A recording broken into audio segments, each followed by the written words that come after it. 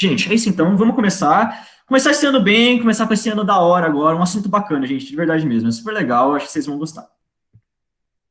Antes de mais nada, igual eu falei pra vocês, pra não chegar, tipo, perdidaço, vamos começar um assunto novo do nada, pô, faz tempo que a gente viu essas coisas, sabe? Pra quem realmente tava na da semana base, nem tanto, mas tem gente que tava de férias e tudo mais, e querendo ou não, gente, vamos combinar que uma revisão é sempre boa.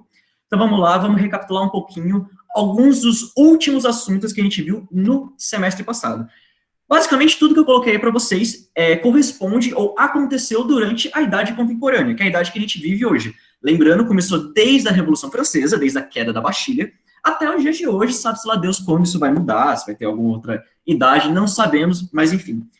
São alguns eventos que vão influenciar diretamente as nossas próximas aulas, principalmente a da Primeira Guerra Mundial, que, se eu não me engano, é semana que vem, tudo certo? Então vamos começar. Assuntos importantes, coisas importantes que aconteceram para a gente entender o contexto de hoje. Olha só, bem no comecinho da Idade Contemporânea, a gente teve a primeira e posteriormente a segunda Revolução Industrial. Gente, nem preciso entrar no mérito aqui para explicar para vocês o quanto que isso mudou o mundo, sabe? A gente viu um pouquinho sobre isso, as mudanças na estrutura social, nos processos de produção e etc. A gente teve a criação de uma nova camada social, que é o proletário, que são as pessoas que trabalham nas fábricas, que trabalham nas linhas de produção, e é óbvio que, para você manter uma indústria, você tem que ter matéria-prima, você tem que ter madeira, ferro, aço e etc. para você fazer seus produtinhos.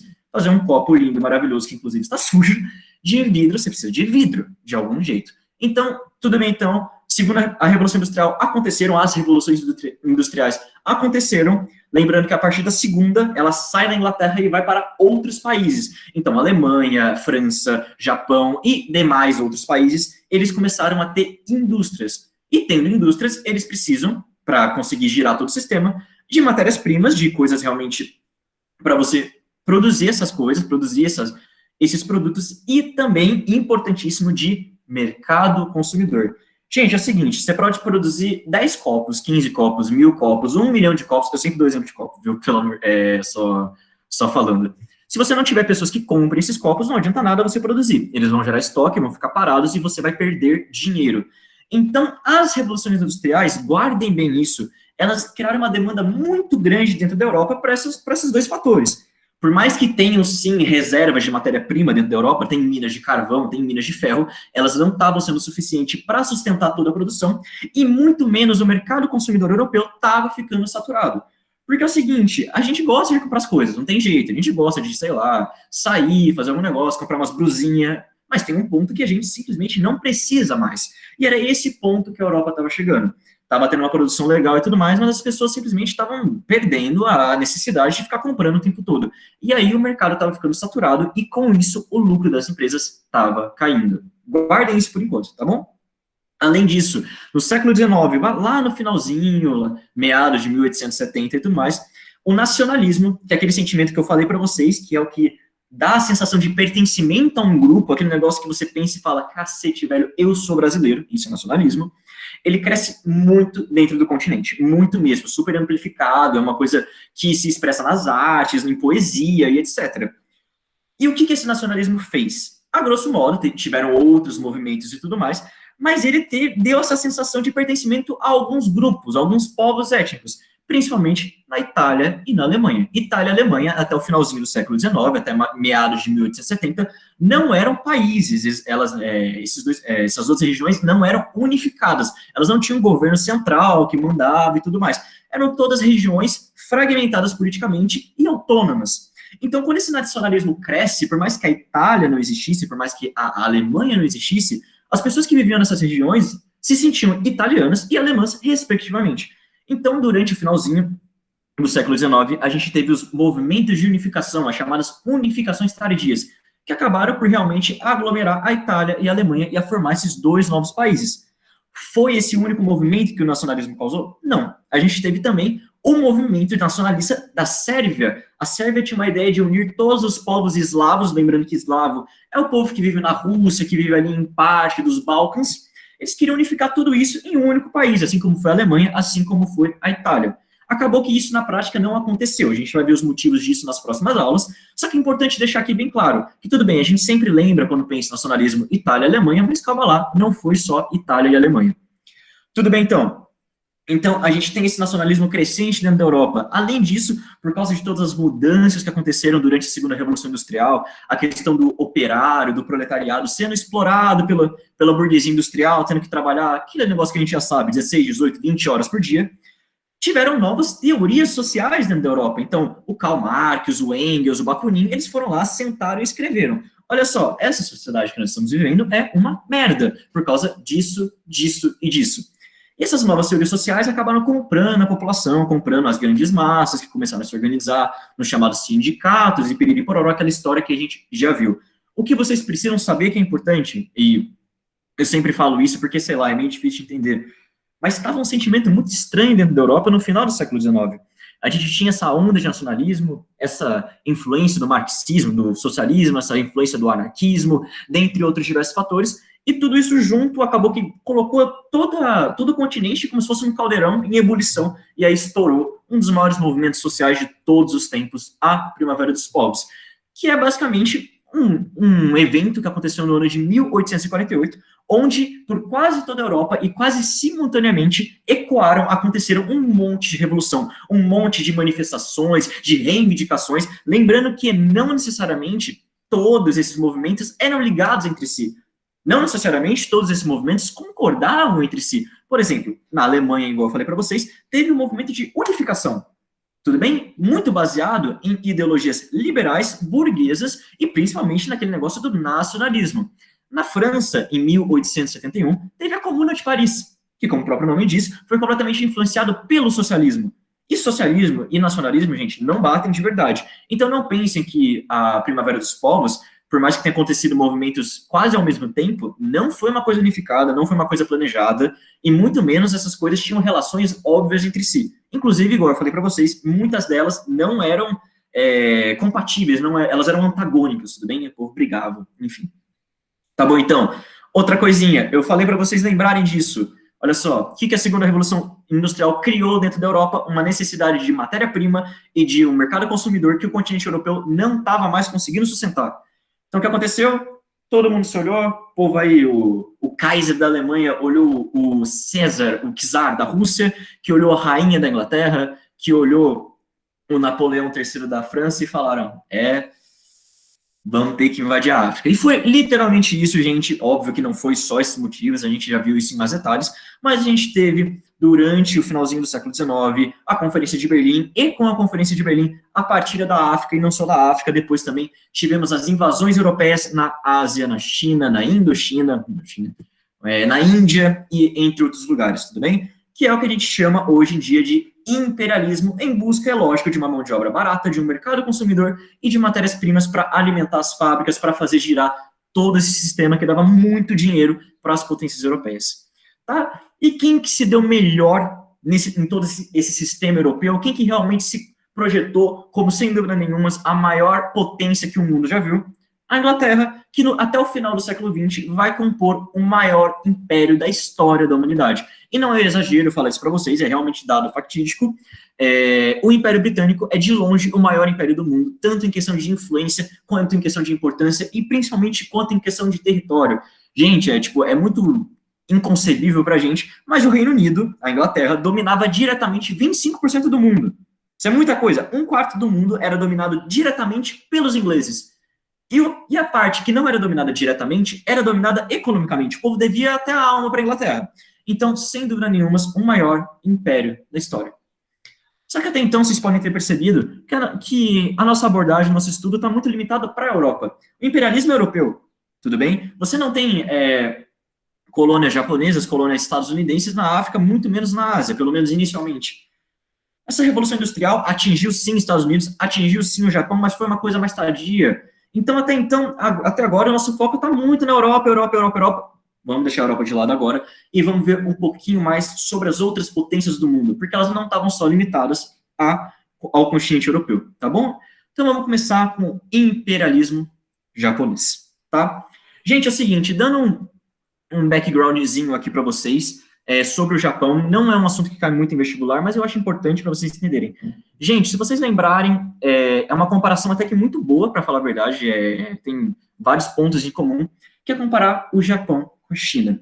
Gente, o Japão sempre foi um país muito fechado dentro de si. Até porque ele é uma ilha, cara. Vocês podem olhar no mapa, tipo, é uma ilhinha, não tá isolada de qualquer outro canto do mundo. Não dá para chegar no Japão sem ser por navio, sem entrar por lá. Então, por muito tempo, o Japão ficou muito na dele, o povo tava lá de boa, vivendo a vida deles, com as tradições, costumes, língua, religião e etc., que eram próprias do Japão. No século XV, com as grandes navegações, os portugueses, os espanhóis e tudo mais, eles acabam chegando no Japão e tendo um contato com aquele povo, mas não foi nada muito intrínseco, não foi nada muito, Japão, você é muito brother, você é uma pessoa, você é um cara incrível, você é um país incrível, eu quero fazer comércio com você.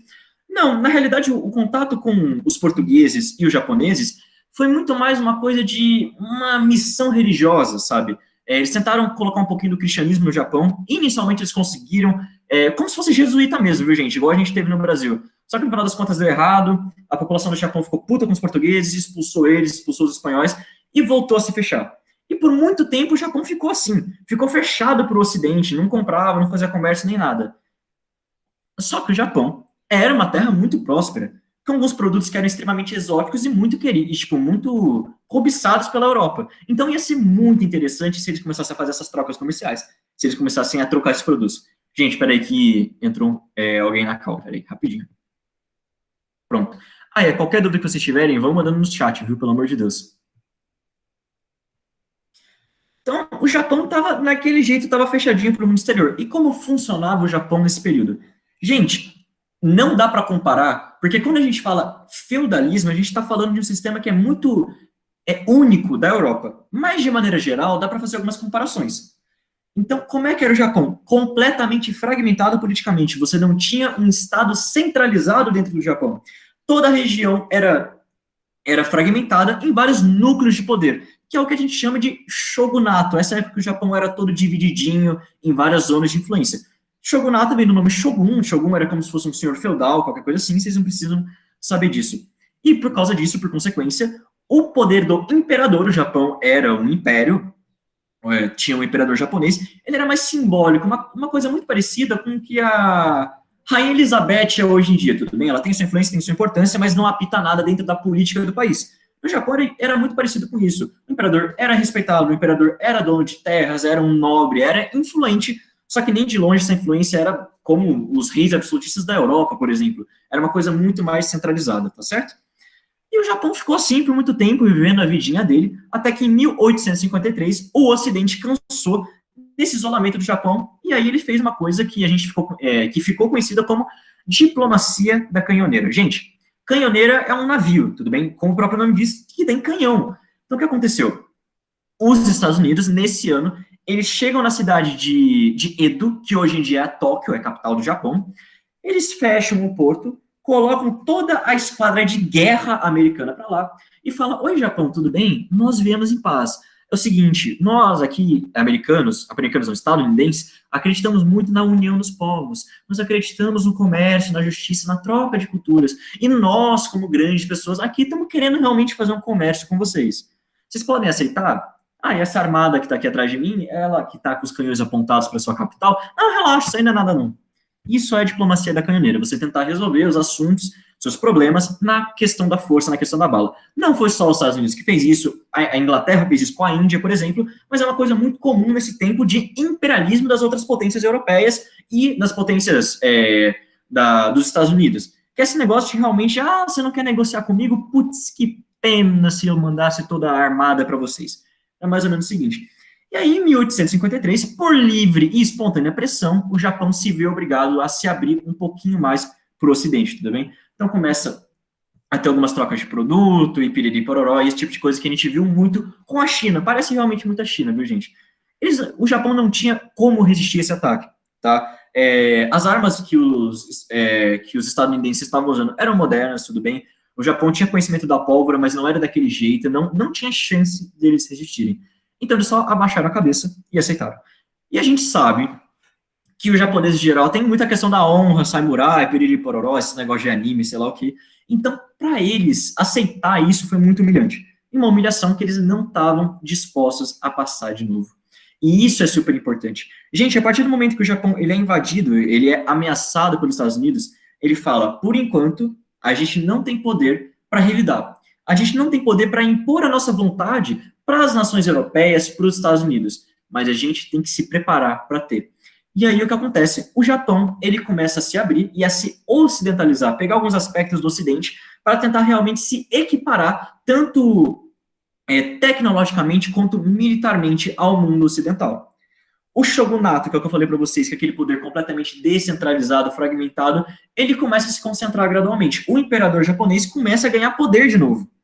Tudo bem? E aí é o que acontece, a restauração do poder do imperador no período que a gente ficou conhecido como Era Meiji. Meiji, porque era o nome desse imperador, vai de 1868 até 1912, que é esse período em que esse imperador, que era chamado Meiji, ele começa a modernizar o Japão, em todos os aspectos. Japoneses, estudantes, eles vão para a Europa, vão estudar nas grandes universidades, Sorbonne, Lyon, Oxford, etc., voltam para o Japão com esse novo conhecimento, com essas novas tecnologias. O Japão contrata engenheiros europeus para ir lá, fazer obras, construir coisas, construir indústrias, e o Japão começa a se modernizar. Além disso, eles fazem o seguinte: igual eu falei para vocês, o Japão antigamente era todo fragmentado em vários núcleos de poder, igual era a Europa. E esses núcleos de poder, cada lugarzinho desses tinha um exército. Então não era uma coisa unificada. O Japão agora não. Ele vê, cara, se eu não tiver um exército unificado, eu vou tomar pau. Eu só vou tomar pau. Os Estados Unidos vai vir aqui, vai fazer o que quiser comigo. O Japão fazendinha, vai fazer o que quiser. Inglaterra vai vir aqui, vai fazer o que quiser comigo. Mas se eu tiver um exército unificado, talvez eu consiga revidar e impor as minhas vontades.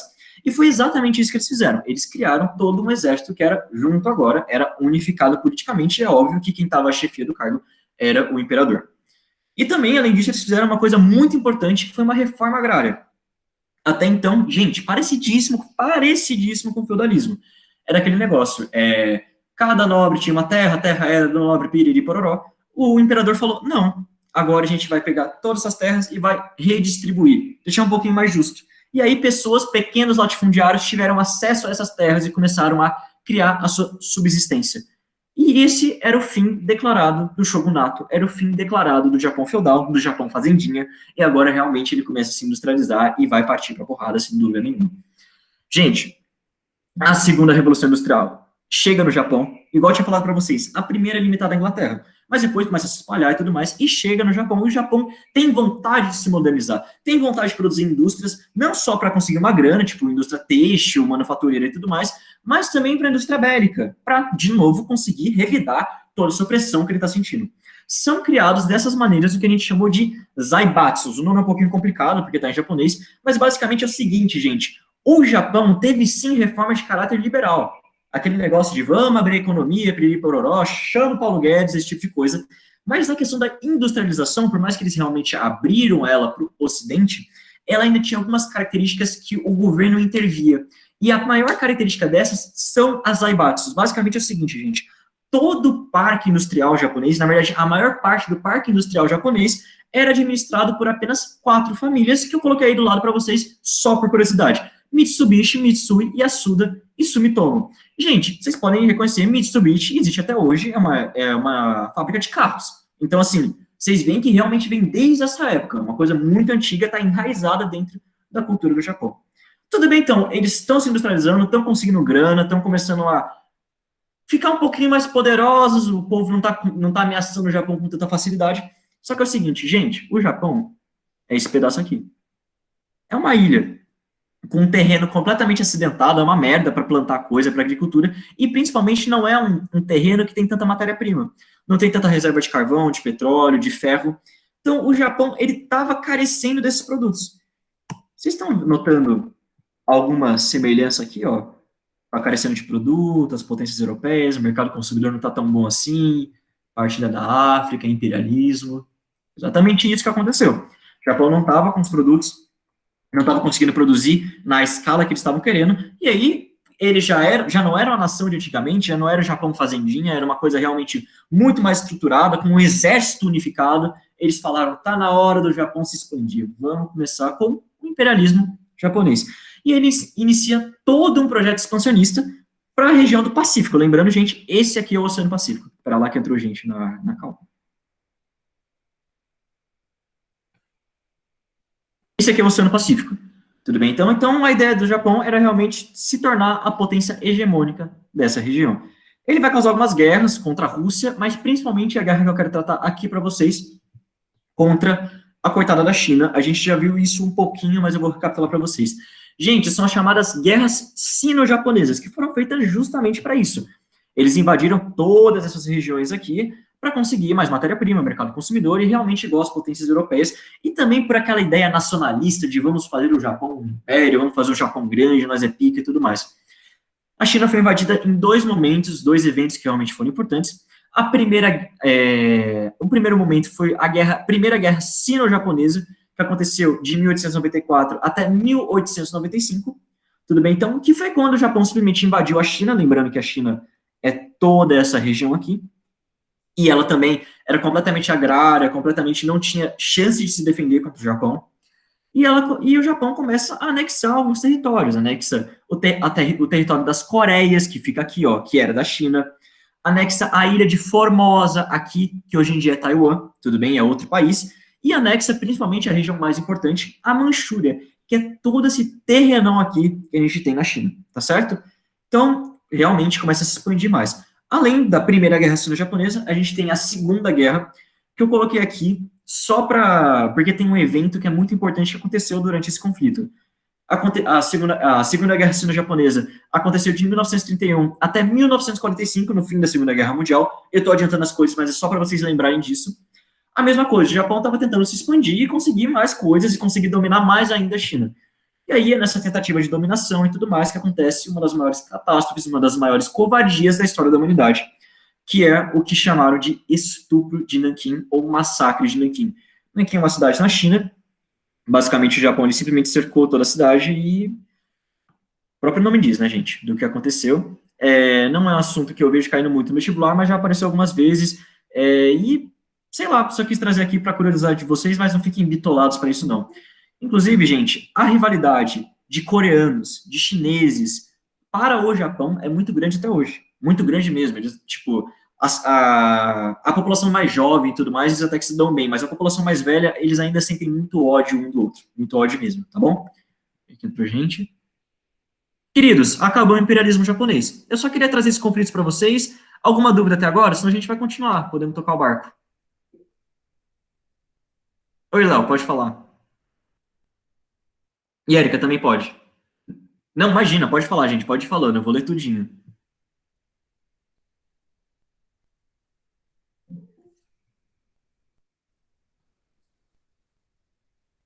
Não, é a mesma coisa que eu te falei. Olha só, primeiro, é, olha o tamanho desse lugar.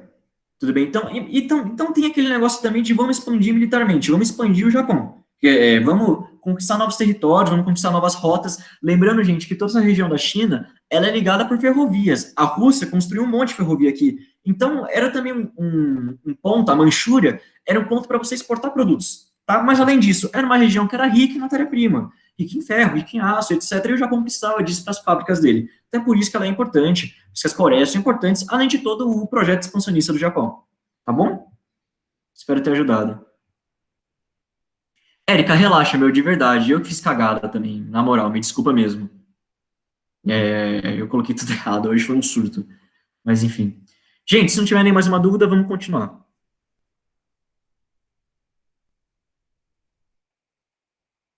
Dou-lhe uma, dou-lhe duas. Beleza, então. Gente, terminamos o imperialismo japonês, espero que tenha entendido tudo certinho. Agora vamos para os United States, Estados Unidos. Influencia diretamente na nossa história, mas vamos lá. Gente, basicamente é o seguinte, a mesma coisa para o Japão. Eu vou dar um pouquinho só, mas é um pouquinho mesmo, do background dos Estados Unidos. Gente, seguinte, Estados Unidos da América, antigas 13 colônias britânicas, de onde? Exatamente da América. Era esse pedacinho de terra aqui, ó que merda. Todo o litoral dessa costa aqui, uma região pequena, que não era tão rica assim, muito menos industrializada e muito menos tinha alguma importância nesse mundo. Gente, é meio difícil pensar isso hoje em dia, mas lá, quando os Estados Unidos conseguiu a sua independência, o Haiti era muito mais desenvolvido que os Estados Unidos, era muito mais rico, e em questão de geopolítica, de dinheiro, era muito mais importante. Então, a França, por exemplo, fez uma puta de uma guerra para tentar conquistar o Haiti de novo. A Inglaterra fez uma guerra com os Estados Unidos? Fez, mas assim, 13 colônias britânicas. Nossa senhora, olha que desastre. Putz, perdemos os Estados Unidos, hein? Puta, que chato. Não era assim, Tudo bem? Então, só que a gente pode ver que os Estados Unidos aumentou, assim, um pouquinho de tamanho, um pouquinho, muito, entendeu? Então, o que que aconteceu? Como é que ele se consolidou e virou esse monstro que a gente conhece hoje em dia, que é esse negócio realmente gigantesco que vai de costa leste até a costa oeste, pega o Pacífico e pega o Atlântico. Basicamente é o seguinte, toda essa região do meio dos Estados Unidos, toda essa região aqui, era de propriedade da França, que é o que eles chamam de Louisiana, Louisiana francesa. É o seguinte, o Napoleão, ele estava de saco cheio dessa região, porque a França não fazia lá grandes coisas com ela, só dava gasto, ninguém estava realmente explorando as coisas lá, então ele falou, ô, Estados Unidos, seguinte, vocês acabaram de sair de uma guerra civil. É, França, a gente acabou de sair, Napoleão, a gente acabou de sair. Então, eu sei, mas vocês não querem comprar a Louisiana da gente? Eu faço um precinho bom, eu faço um preço bacana. E foi exatamente isso. Gente, Napoleão estava de saco cheio de algumas concessões francesas, então ele só começou a vender, só começou a falar, olha só, eu não vou mais administrar esse lugar, eu não quero esse pepino mais para mim, vou vender. E vendeu. Todo esse território aqui do meio, que é grande mesmo, ele vendeu a preço de banana, gente. Assim, não foi uma coisa cara de verdade, foi super simbólico o preço. Então, os Estados Unidos comprou, tudo bem então, conseguiu o meião. Conseguiu o meião. Essa região do norte aqui, nessa parte da esquerda, era o Oregon, que ainda era colônia da Inglaterra. Então pegava toda a parte do Canadá, o Canadá ele ia um pouquinho mais para dentro dos Estados Unidos e pegava essa região do Oregon, que hoje em dia é um estado. A Inglaterra também falou, olha só, não quero de verdade, vocês pegam aí também. E além disso, os Estados Unidos, ele comprou o Alasca da Rússia. Tudo bem? Então, o Alasca não está nesse mapa, tudo bem? Então, vocês podem pegar no Google, tem os Estados Unidos, tem o Canadá, e na ponta esquerda do Canadá tem o Alasca. Eles compraram porque, gente, até então, os Estados Unidos era as 3 colônias, o meião que eles compraram da França, e só. Então, o que acontecia? Eles não tinham conexão, eles não tinham terras para o Pacífico. Então, eles compraram o Alasca justamente porque o Alasca dá no Pacífico. Ia ser muito interessante para os Estados Unidos ter alguma região que realmente ia dar para aquele mar. Tá certo? Então, tudo bem, então. As 3 colônias conseguiram o meião, conseguiram o Oregon e conseguiram o Alasca. Mas, além disso, o que eles fizeram? Eu coloquei isso um pouquinho para frente para vocês, mas eu vou adiantar. Toda essa região aqui, ó, que eu estou circulando no mouse para vocês, que é no sudeste dos Estados Unidos, ó, tudo isso aqui não era dos Estados Unidos, era o México. E aí, o que os Estados Unidos falaram? Olha só, olha aí, México, muito interessante essas tuas terras, hein? Mas que pena que a gente invadiu. E foi isso que aconteceu na Guerra Mexicana-Americana, tá certo? Eles entraram em guerra com o México, entraram em treta e tudo mais, vamos lá brigar, e conquistaram todas essas regiões, que é onde hoje em dia fica o Texas, Novo México, Utah, Califórnia, Nebraska, toda essa região aí do sudeste dos Estados Unidos. Gente, é o seguinte, mas por quê? Por que eles fizeram isso? Tudo bem, então, é interessante para um país se expandir. É interessante para os Estados Unidos ter uma conexão entre a costa leste e a costa oeste. Mas assim, gente, para quê? Para que guerra? Para que ficar comprando Alasca? Para que essas coisas? E aí é que vem o detalhe. Gente, os Estados Unidos tinham uma crença num negócio chamado Destino Manifesto, que é basicamente o seguinte, é um pouco escroto, eu concordo com vocês, não é uma coisa tão legal, mas é uma crença irracional numa missão civilizatória. Os estadunidenses, as pessoas nascidas nessa região, elas tinham obrigação moral, tinha o direito divino de ir colonizar os Estados Unidos. Ah, já tinha gente aqui, tinha índio aqui. Não importa. Porque índio, quem liga para índio, gente? Índio, não. Estados Unidos é muito mais importante, vamos expandir as fronteiras. Isso é Destino Manifesto. Então, eles causaram uma guerra com o México, compraram Louisiana, cederam o Oregon, compraram o Alasca justamente por causa disso. Né? Que essa ideia de vamos aqui colonizar tudo, piriri pororó. Peraí que entrou gente. Não entrou não, eu só tô maluco. Surtei. Ah, não, pera. Acho que se eu fechar aqui. Não, só surtei, gente. Mil perdões. Voltando.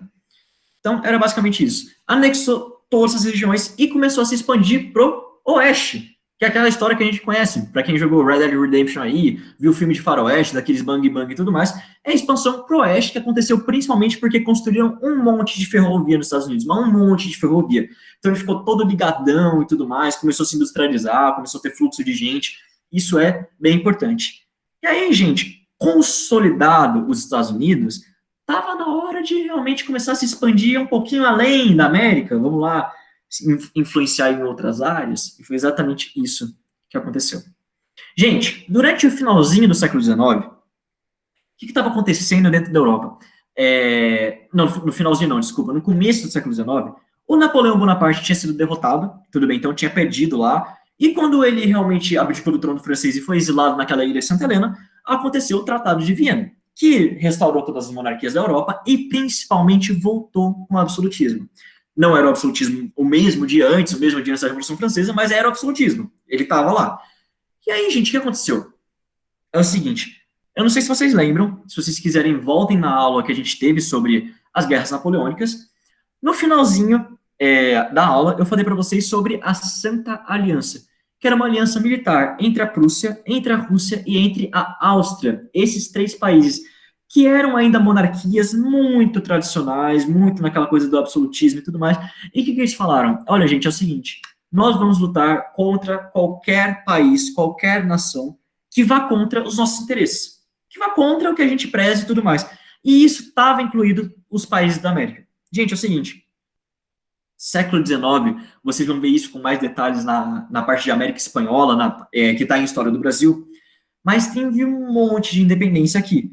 Então, o Simão Bolívar, por exemplo, que o próprio nome diz, libertou a Bolívia, mas não só a Bolívia, também o Peru e tudo mais, ele estava ativo nessa época, um padre do Uruguai também, do Paraguai, que eu esqueci o nome também, estava ativo, o cara que libertou a Argentina também, então estava tendo um puta do movimento de independência dentro da América.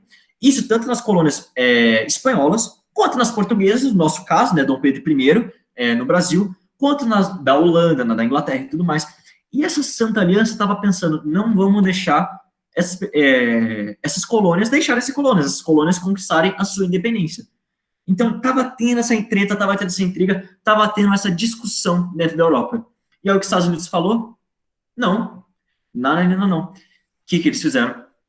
Eles criaram o que a gente chamou da doutrina Monroe. Basicamente é o seguinte, os Estados Unidos falou, olha só, vocês podem até tentar a ousadia aqui de vir invadir a minha América. Só que é o seguinte, qualquer país americano que lutar contra a sua independência, eu vou apoiar. Ah, mas é a Inglaterra que está lutando contra... Não importa. Ah, mas é a França. Não importa. Eu vou lutar contra eles. Eu vou ajudar eles a conquistar a sua independência. Porque a América é para os americanos. Decore bem essa frase, é um slogan, resume bastante. Aí vocês pensam, nossa, mas que sentimento bonito, que negócio legal, uma coisa fraternal aqui, uma união entre os povos americanos, pouco top. Gente, pelo amor de Deus, tudo jogada política. Os Estados Unidos sabia que se ele fizesse isso, eventualmente, a América para americanos ia virar América para norte-americanos. Mais especificamente, América para estadunidenses. Então foi tudo um joguinho político. Os Estados Unidos estavam com a ideia de livrar a América da independência da Europa para justamente impor a sua própria independência. Só que os Estados Unidos não tinha poder para fazer isso. Era um país que estava se industrializando? Era. Era um país com dimensões continentais? Era também. Só que ainda não conseguia peitar uma Rússia, uma Prússia, uma Áustria, uma França. Então, o que ela teve que fazer? Pedir ajuda para a Inglaterra. Gente, a Inglaterra estava passando por um período chamado Pax Britânica. Se vocês lembrarem da nossa aula sobre o Império Romano, ou a Pax Romana, é quando o Império Romano para de se expandir. A mesma coisa aqui para a Inglaterra. Olha só, eu falei aqui para vocês, peraí, deixa eu achar, que até o fim do século XIX, a Inglaterra vai ser o maior império do mundo. E ela estava se expandindo muito. Na Pax Britânica, isso começa a diminuir. E qual que é a ideia da Inglaterra? Eu não estou conseguindo mais me expandir, não estou conseguindo mais. Só que isso não impede da França, das minhas rivais, da França, da Alemanha, da Rússia, se expandirem para as regiões que eu não estou. Então, o que eu faço? Eu apoio os Estados Unidos nessa doutrina Monroe, nesse negócio de, olha só, a América tem que ser para os americanos, e os meus rivais, a França, a Espanha, não vão conseguir conquistar a América. E aí, o que eu faço? Eu sou a Inglaterra, eu sou pica, eu sou a pessoa que mais produz produto industrializado nesse mundo, eu consigo não dominar a América diretamente, mas consigo dominar economicamente. Foi isso que aconteceu. Com o apoio da Inglaterra, os Estados Unidos conseguem efetivar a doutrina Monroe, esse negócio da América só para os americanos, e aí teve uma cacetada de movimentos de independência. Bolívia, Chile, Equador, Peru, Argentina, Uruguai, Brasil, Suriname, não sei. Eu acho que sim, não tenho certeza. Mas enfim, um monte de movimentos de independência, um monte de movimento. E ainda por cima, os Estados Unidos estavam começando a ficar um pouquinho mais ameaçador, estava começando a ficar um pouquinho mais perigoso. E depois que eles tiveram aquela guerra civil, que a gente não vai entrar em detalhes aqui, a guerra de secessão, que é quando o norte luta contra o sul, enfim, não vamos entrar em detalhe aqui, eles começaram a gastar muito dinheiro com militar, com despesas militares, e começaram a ter um exército pique, começaram a ter um exército top, e aí realmente os Estados Unidos começam a ser a ameaça, o império que a gente conhece hoje em dia. E aí o que acontece? Os Estados Unidos, antigamente, Estados Unidos era o quê? 13 colônias, fazendinha, 13 colônias que não apitavam em absolutamente nada. 13 colônias que eram muito menos relevantes que o Haiti, que é uma ilha minúscula. Só que essas 13 colônias cresceram, se expandiram, tiveram uma guerra civil muito sangrenta, muito difícil, mas depois dessa guerra civil se consolidaram de uma vez, se industrializaram de uma vez e tinham um puta de um exército. E aí o que acontece? A história se repete, olha só, mesma história aqui, mesma história para as potências europeias. Tá na hora da gente se expandir além da América, tá na hora da gente dominar esse mundo aí. E aí o que acontece? A política é criada, a política, a doutrina do Big Stick Policy, que é, traduzindo ao pé da letra, é a política do grande porrete. É basicamente o seguinte, ela é sintetizada pela frase, fale macio, mas carregue um grande porrete. Gente, é o seguinte, Estados Unidos falou, eu vou defender os meus interesses na América. Os meus interesses. Não é os interesses pessoais de cada país ou individuais, não. São os meus. Eu vou defender os meus interesses como potência imperialista. Só que eu não vou, é óbvio que eu não posso falar isso para essas pessoas, eu não posso falar isso para os países americanos. Eu não posso chegar no Peru e falar, Peru é o seguinte, você vai me obedecer e ponto final. Não, não é assim que funciona. Eu tenho que chegar lá e falar, Peru, meu grande parceiro, meu grande colega, tudo bom com você? Como você está? É o seguinte, queria aqui conversar com você sobre isso e tal. Você tem que falar manso, você tem que falar suave. Mas é claro que você tem que ser amedrontador também. Você tem que ter uma armada, você tem que ter um exército grande. E aí é que entra a parte do porrete. Fale manso, tenta ser camarada de todo mundo, tenta ser amiguinho, mas nunca deixa eles esquecerem de quem você é. Nunca deixa de carregar o porrete. É basicamente isso a política do Big Stick Policy e alicerçada nela que os Estados Unidos começam a se expandir para além do território dele que a gente viu aqui. Gente, alguma dúvida até agora? Peraí que eu acho que entrou gente na calma. Não, não entrou não.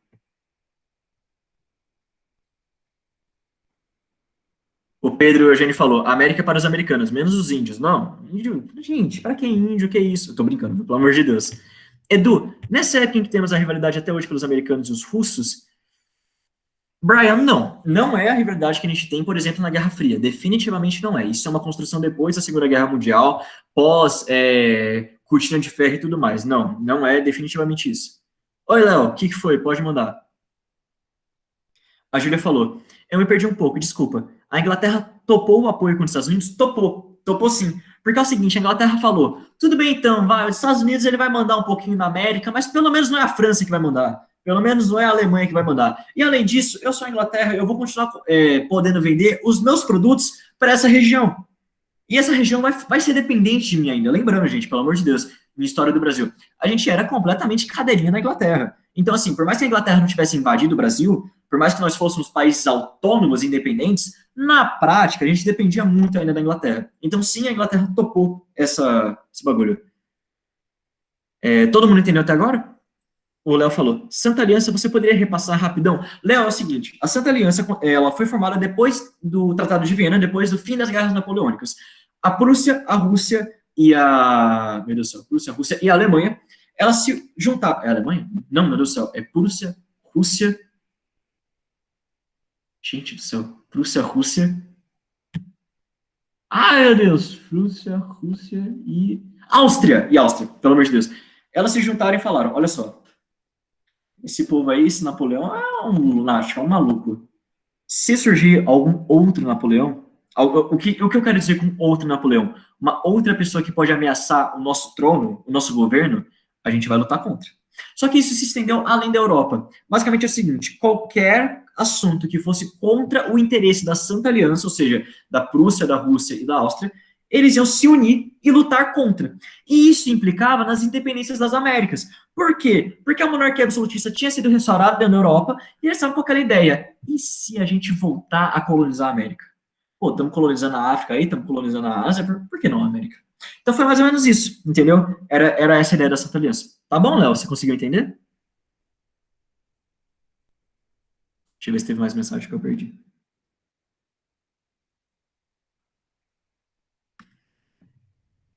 Gente, beleza então. Se não tiver mais nenhuma dúvida, vamos continuar. Dou-lhe uma, eu posso falar aqui? Pode, fica à vontade. Tá. Eu queria te perguntar uma coisa. Quando a gente fala da independência dos outros países da América que foram influenciados por essa parte dos Estados Unidos, então o que a Inglaterra estava financiando também deu apoio na parte de armamento para esses outros países terem força na hora de pedir a independência deles? Não, na realidade o que aconteceu é, tipo assim, é lógico, nada aconteceu aqui dentro da América sem que a Inglaterra pitasse alguma coisinha. Então, tipo assim, a nossa independência foi completamente financiada por eles. O que eu quero dizer com vocês sobre esse negócio da Pax Britânica é um pouquinho difícil de entender.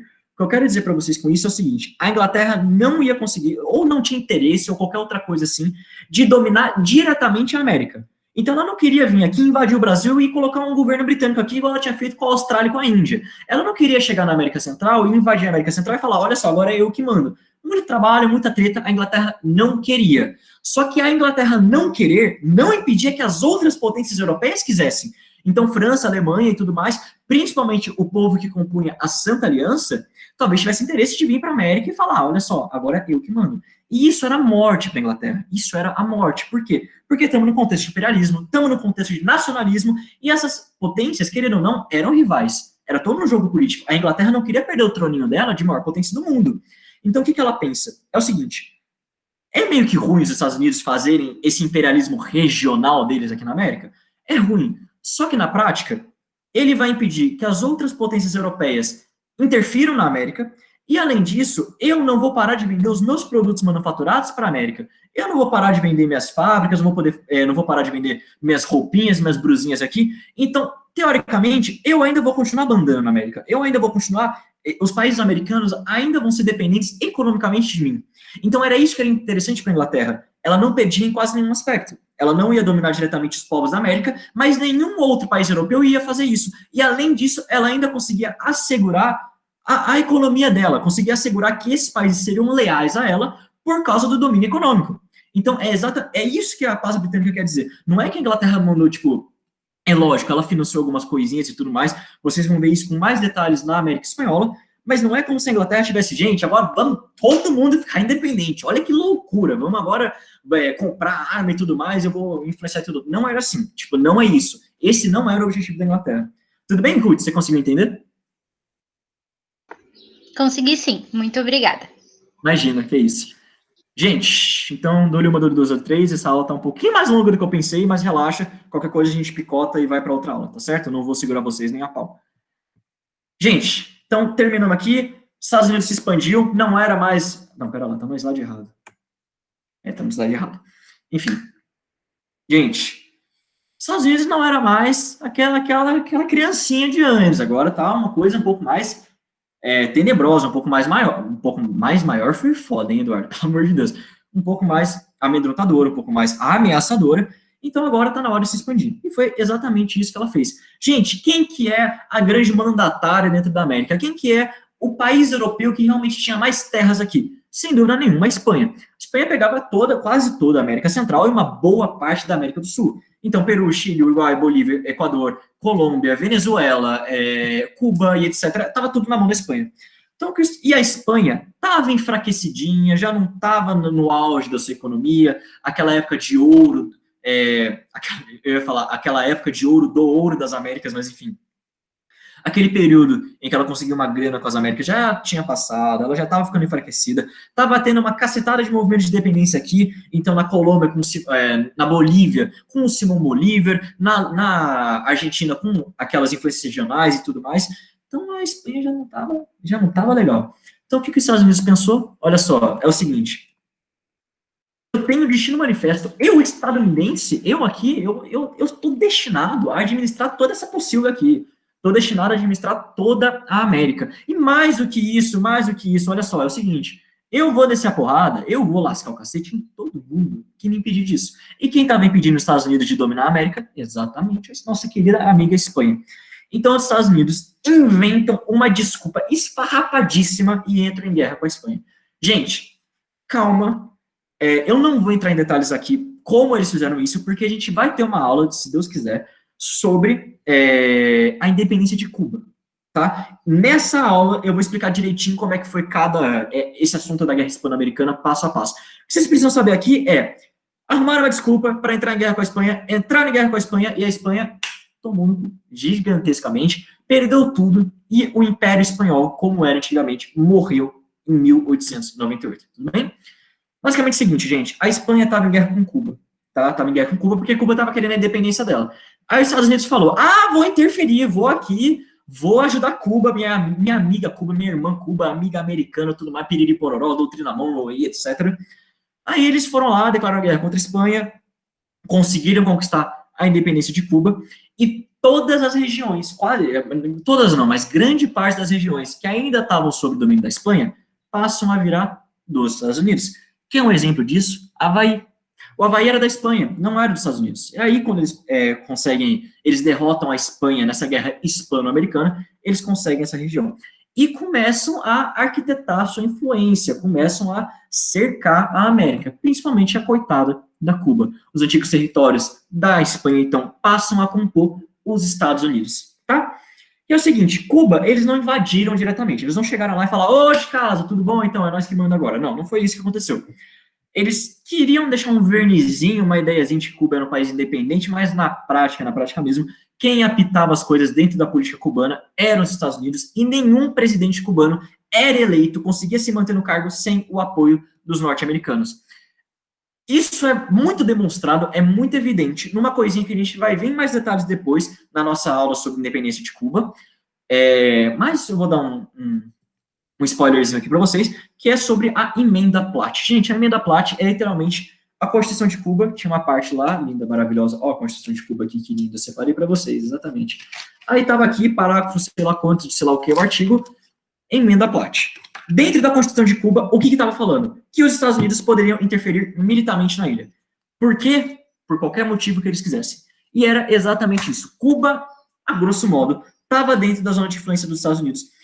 A produção de Cuba, que era muito rica em açúcar e tudo mais, grande parte ia para os Estados Unidos, grande parte dos lucros ia para os Estados Unidos, a política era completamente dominada por eles, e se eles quisessem intervir militarmente dentro da ilha, sem qualquer consulta prévia, eles eram legalmente aptos a fazer isso, tá bom? Além disso, por causa dessa guerra aí hispano-americana que os Estados Unidos libertou Cuba, eles conseguiram, no sul da ilha, um territóriozinho chamado Guantánamo, que eu tô falando para vocês porque ele existe até hoje, é onde fica uma das maiores prisões de segurança máxima dos Estados Unidos, que é onde eles mandam as pessoas que dão problema para eles, então, tipo, mandam terroristas e tudo mais, eles mandam para Guantánamo, e eu não vou falar o que acontece naquele lugar, porque é tenebroso, de verdade, tá? Só que eles só pararam aí em Guantánamo? Não, só pararam em Cuba? Lógico que não, os Estados Unidos aqui, vamos expandir. Então é o seguinte, eles também interferem em Porto Rico. Porto Rico é um país caribenho, é um país do Mar do Caribe, e também daquela mesma noia, gente. Não é um negócio direto, eles não chegaram e invadiram Porto Rico, nós que manda agora, mas eles estavam lá. E depois de um tempinho, eles até anexaram Porto Rico. Inclusive, gente, Porto Rico, se eu não me engano, posso estar errado, mas eu tenho quase certeza, é território norte-americano até hoje, tá? Então, a moeda oficial deles é o dólar e tudo mais, eu tenho quase certeza. Eles também interferem em outra região que era da Espanha e passa a ser deles agora, que é nas Filipinas. Por que Filipinas? Filipinas nem fica na América. Pois é, não fica na América, mas quem que não quer ter um território na Ásia? Quem que não quer ter um fantochinho na Ásia para conseguir um pouquinho mais de coisas, um pouquinho mais de produtos? Também interferiram nas Filipinas. E por fim, por último, as últimas coisas que eu quero falar aqui para vocês, de territórios que eles conquistaram, em 1903, eles interferiram no Panamá. De novo, aquele negócio. Não chegaram lá, falaram, Panamá, agora nós manda aqui, cuzão. E é isso daí. Não, não foi assim. Panamá, tudo bom com vocês? Que canal lindo que vocês estão construindo. Liga o Oceano Pacífico com o Atlântico. Nossa, mas que interessante, Panamá. Mas você não queria, eu não sei, ceder esse canal para mim? Não, mas veja bem, eu vou te pagar uma comissãozinha. 20%, não sei, menos, talvez. Foi exatamente isso que eles fizeram. Em 1903, eles interferem dentro da política panamenha, e o canal do Panamá, que estava sendo construído, saiu das mãos do coitado do Panamá, só foi devolvido nos anos 80, foi uma desgraceira total. Mas, enfim. E aí, em 1908, esse sim foi na porrada, eles invadem a Nicarágua e colocam um governo fantoche lá, que ia responder só aos Estados Unidos. Gente, mesma coisa do Japão. Falei alguns conflitos aqui dos Estados Unidos que eles tiveram. Então, todas as regiões eles anexaram. Havaí, uma parte de Cuba, Porto Rico, Filipinas, Panamá, Nicarágua e mais uma cacetada de outro lugar. E os lugares que eles não anexaram na América deviam para os Estados Unidos. Eram fantoches econômicos. Então, assim, não, foi realmente tenebroso, tá bom? Queridos, alguma dúvida até aqui? A aula tá acabando, viu? Eu juro por Deus. A gente vai ver rapidinho o Belle Époque, e aí eu já corto a aula, a gente deixa os exercícios para depois, tá bom? Me perdoem por isso. Gente, foi porque eu atrasei a aula. Desculpa, de verdade, foi mal cagadinho, mas enfim. Se não tiver nenhuma dúvida, a gente continua.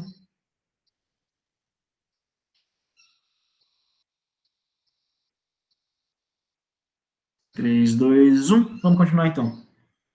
Gente, só que vocês podem ver que eu falei aqui para vocês, falei sobre o domínio que os Estados Unidos fizeram, falei sobre o domínio que o Japão teve nessas regiões, e falei também um pouquinho, na semana base, também nas aulas anteriores que a gente teve no semestre passado, sobre a dominação europeia. Vocês podem ver que não é a mesma coisa, sabe? Esses tipos de imposição imperialista, eles não são iguais. Eles não são idênticos, eles não acontecem da mesma maneira. A gente tem tipos de domínio. Eu acabei não colocando esse slide para vocês na aula sobre imperialismo, porque, sei lá, cara, meu slide bugou, então eu tô colocando ele aqui, tá bom? Gente, tem vários tipos. São 4 no total que eu vou falar aqui para vocês. Olha só. Como que você pode estruturar o seu domínio? Você pode criar uma colônia. Gente, colônia é como a gente conhece. Invade o lugar, desce a porrada, destitui o governo vigente e coloca um governo que você quer. E é exatamente isso que aconteceu, entendeu? Colônia no sentido prático, no sentido clássico, como foi o Brasil. Então Portugal chegou aqui, não quis nem saber, invadiu, porrada, tiro, tiroteio, morte aos índios, e foi isso. E não tinha muita opção para o Brasil. Foi porque, por exemplo, a Inglaterra fez com a Índia depois. Vamos invadir a Índia, mas tem cara, não importa, é isso daí, agora a Índia, e é isso daí, acontece. Tudo bem, então? Então, esse é o domínio da colônia, um domínio mais direto, mais porrada, mais, aqui porrada, pica mesmo. A gente tem também o que a gente chama de protetorados. Protetorado, basicamente, é o seguinte: você tem domínio sobre a região? Você tem domínio sobre a região. Só que você ainda mantém o governo daquele lugar que você está dominando. Quer um exemplo disso? A China. Não, a China não, vou pegar outro exemplo. A Índia, no comecinho, é o seguinte, gente, a Índia britânica, ela teve fases. No começo ela era um protetorado, depois ela realmente passou a ser quase uma colônia, mas enfim. Gente, é o seguinte, a Inglaterra chegou lá na Índia e falou, olha só, agora é eu que mando. Só que é o seguinte, eu que mando, só que eu vou deixar vocês mandarem um pouquinho. Então, essas caças aí da Índia, esse governo que já estava aí, eu não vou mexer. Eu não vou tocar. Desde que vocês obedeçam o que eu pedir. O que eu falar para vocês fazerem, vocês vão fazer. Isso é um protetorado. A metrópole coloca representantes dentro da colônia que ela está procurando para defender os seus interesses. Não é um domínio assim, pica direto e tal, mas ainda assim é um domínio. A gente tem também o que a gente chama de área de influência, aí sim na China. Gente, área de influência é basicamente o seguinte, é quando uma metrópole não domina todo o território de uma colônia. É a China, por exemplo. A China, não é que a Inglaterra chegou aqui e anexou toda ela. Não foi assim. A Inglaterra, ela tinha algumas regiões que pertenciam a ela na China. Alguns lugares, alguns portos estratégicos. Isso é área de influência. O domínio estrangeiro, ele se estende apenas a localidades pontuais de toda a colônia. E por fim, para falar para vocês, a gente tem a dominação econômica, que é, querendo ou não, a mais comum, entre aspas, que é quando o país é independente, ele tem governo próprio, mas ele deve até a alma para a metrópole, como é o caso do Brasil com a Inglaterra. Tudo bem, então? Peraí que entrou gente na aula.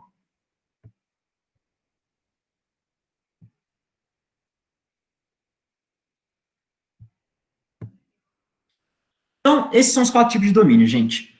Por fim, o que eu queria falar para vocês é o seguinte, esse imperialismo formal e imperialismo informal. O que a gente quer dizer com isso, gente? Isso é muito importante, porque isso vai diferir o imperialismo estadunidense do imperialismo europeu. Gente, imperialismo formal é imperialismo. É você chegar na África, falar, é o seguinte, acabou essa patifaria. Você aí que é nativo africano fora, quem manda agora sou eu. É você chegar na Índia e falar, olha só, castas hindu, eu não importo com tradições milenares de vocês, qualquer coisa assim. Fora do governo, quem manda agora sou eu. Isso é imperialismo formal, imperialismo porrada. Aí tem o imperialismo informal, que é o seguinte, ó. É muito big chic. É muito isso aqui, ó. O cara só tá longe, assim, falou, ó, tô de olho aí, hein? Ó o que você vai fazer. Seguinte. Eu que mando, hein? É isso aí. Então é aquele negócio, é aquela conversinha de somos amiguinhos e tudo mais, mas na prática mesmo realmente tem a dominação. Normalmente essa dominação é econômica. Então é aquele negócio, gente. O país é independente, tipo o Brasil, por exemplo. O Brasil era independente dos Estados Unidos. Os Estados Unidos não tinha nada a ver com a gente, mas nada a ver assim. Não tinha domínio aqui, não tinha exército estadunidense aqui no Brasil. Só que nós devia até os cu para ele. Então, querendo ou não, eles ainda tinham domínio sobre a gente. Isso é imperialismo informal. É aquele negócio que, ó, só observando. Estou de longe aqui, mas ainda sou eu que mando. Tá bom? Essa é a diferença. Imperialismo formal, vamos invadir a África. Imperialismo informal, esperto. Tudo bem? Então é isso. Gente, vamos terminar rapidinho aqui. É só esse slide e aí a gente acaba, tá bom? Gente, seguinte. Falamos de imperialismo. Falamos sobre a Europa. Falamos no começo da aula, uma revisãozinha, peraí que eu acho voltando nos slides, sobre como é que estava a situação lá. Então vamos recapitular. Nacionalismo de lado, comunista de outro, e muita grana entrando dentro dos cofres europeus por causa justamente do imperialismo. Tava dando uma puta de uma grana. Então vinha matéria-prima da África, vinha, sei lá, marfim, vinha borracha, vinha petróleo, vinha um monte de coisa, e a Europa, olha, gente, bonança econômica. Além disso, o povo sindicalista, esse povo que estava sendo influenciado pelas ideias socialistas e tudo mais, ele tinha dado uma acalmada. A última grande manifestação que a gente teve de cunho socialista foi a Comuna de Paris, que eu tinha falado para vocês, que aconteceu em 1871. Desde então, não tinha mais tanta treta. Por quê? Porque os patrões das fábricas, eles estavam negociando com o proletário, estavam dando um pouquinho mais de direitos, e eles estavam, em geral, mais de boa, mais calmos. Então, o que acontece? A La Belle Époque é um período de estabilidade dentro da Europa. É um período que tá todo mundo um pouco mais tranquilo, um pouco mais de boa, tá? Não tá tendo mais treta. Porque até então, a Europa tava uma putaria desenfreada, tava tendo assim, gente, tava um caldeirão. É guerra napoleônica, é guerra sei lá do que, e vai lá, invade negócio e tudo mais, e mais guerra. De boa. Agora estamos o quê? Tranquilíssimos. E é o seguinte, igual eu falei para vocês, as potências europeias também estavam o quê? Grana, estavam riquinha, estavam burguesa, porque estava tendo matéria-prima, estava tendo produto, tudo vindo das colônias. E aí o que acontece? Não tem onde gastar esse dinheiro, vamos construir coisa, vamos incentivar a arte, vamos incentivar cinema, foi exatamente isso que aconteceu. A Belle Époque é aquela região, aquela época chique de Paris, aquela época da Art Nouveau, desses negócios, então, que a gente vê muito em filme, que é povo sentado nos cafés, aquelas construção megalomaníaca, cheia de rococó, é quando começa, por exemplo, o modernismo, tem uma efervescência, tem um movimento artístico muito grande dentro da La Belle Époque, então é quando surge o cinema, você tem novas ideias políticas, novas ideias sociais, povo discutindo aqui num movimento intelectual muito grande mesmo e muito importante para o mundo. Isso é a La Belle Époque. É quando a vida da burguesia, vocês estão vendo aí no slide, que eu coloquei no top para vocês, começa a ser ostentação mesmo.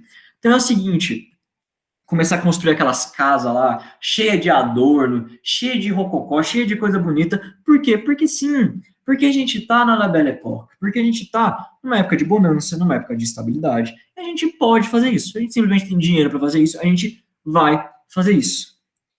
Só que não morre aí a La Belle Époque. Por quê? Porque é o seguinte, ela estava dentro da vida das pessoas, então a burguesia queria demonstrar que tinha grana, que estava tendo, que era chique, que estava começando aquela ideia da exuberância, da ostentação, e de você exibir, o que eu tenho, essa não tem, né? Putz, que pena, que saco, hein, que tristeza. Só que isso também era aplicado para os países, porque é o seguinte, se um país construiu uma obra megalomaníacazaça, falava assim, tipo, vamos imaginar que a Inglaterra construiu um bagulho bonito lá, e fala, França, ó o que eu construí aí, ó, que bonito, vocês não têm? Nossa, que chateação, hein, que tristeza. Vocês estão entendendo? Então, a La Belle Époque também era isso, era meio que um negocinho, uma competição do povo da Europa, me desculpe o termo, mas para ver quem tinha um pau maior, para ficar esse negócio, ó que nós temos, ó que bonito, ó que top, ó quem é mais rico, ó quem tem mais colônia. Isso também é a La Belle Époque. Que é um símbolo grande disso, gente? À direita aí, a Torre Eiffel. A Torre Eiffel foi inaugurada em 1889. Inicialmente era para ser uma coisa transitória, viu, gente? Não era para ser uma exposição. Era uma exposição, ela foi feita teve um encontro de ciência na França. Estava tendo esse encontro todo ano em lugares diferentes da Europa. Em 1889 foi na França. Era um encontro científico para ver novas descobertas e tudo mais. E aí a França querendo, né, dar aquela ostentada, fala, ó, Inglaterra, ó o que nós tem aí, maior que o Big Ben. Se fudeu. Eles construíram a Torre Eiffel, que dá esse nome por causa do engenheiro que projetou ela, que era o Eiffel, sei lá das contas. E aí projetaram a torre, que é justamente isso, ó, maior edifício do mundo, sabia disso, Inglaterra? Maior edifício, exatamente, nós é pica. Então, isso é a La Belle Époque, é quando tá numa época de bonança, de riqueza, né, da Europa, o povo tá rico e tudo mais, tá tudo muito top, e eles estão querendo ostentar isso e externalizar isso para fora. É uma ideia de que as coisas tá tudo bem, tá tudo legal, e essa época good vibes vai durar para sempre, ou não. Vai durar até a Primeira Guerra Mundial, só que isso é assunto para outra aula. Gente, encerramos em cima do horário. Queria muito fazer exercício com vocês, de verdade, mas mil perdões, não vamos ter tempo. Foi cagada minha, gente. Mil perdões de verdade mesmo. Eu atrasei a aula, eu confundi o horário, foi terrível. Gente, me desculpa de verdade, caralho. O surto é real, o surto vem. Alguma dúvida?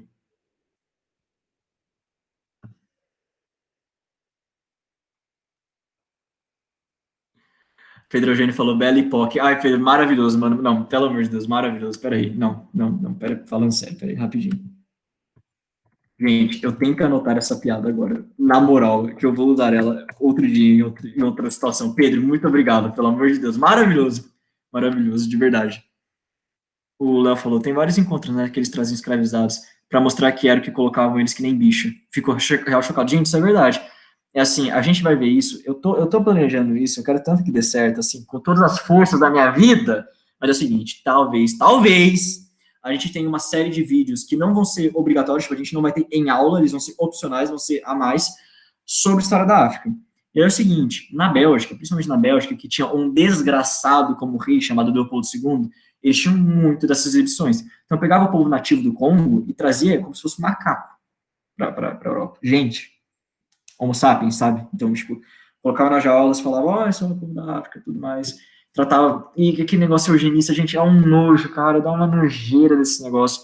Talvez a gente consiga ver isso. A Cintia falou, qual será o tema da aula de... Qual seria o tema da aula de hoje? Seria tipo revisão? Não, Cintia, hoje a gente teve aula nova. A gente não tinha visto ainda imperialismo japonês e imperialismo norte-americano. E muito menos do La Belle Époque. Então, hoje foi novo, foi completamente novo. Os alunos que já estavam com a gente no último semestre estão tendo isso agora também. Não foi uma revisão. Tudo bem? Gente, eu vou parar de gravar, né? Peraí.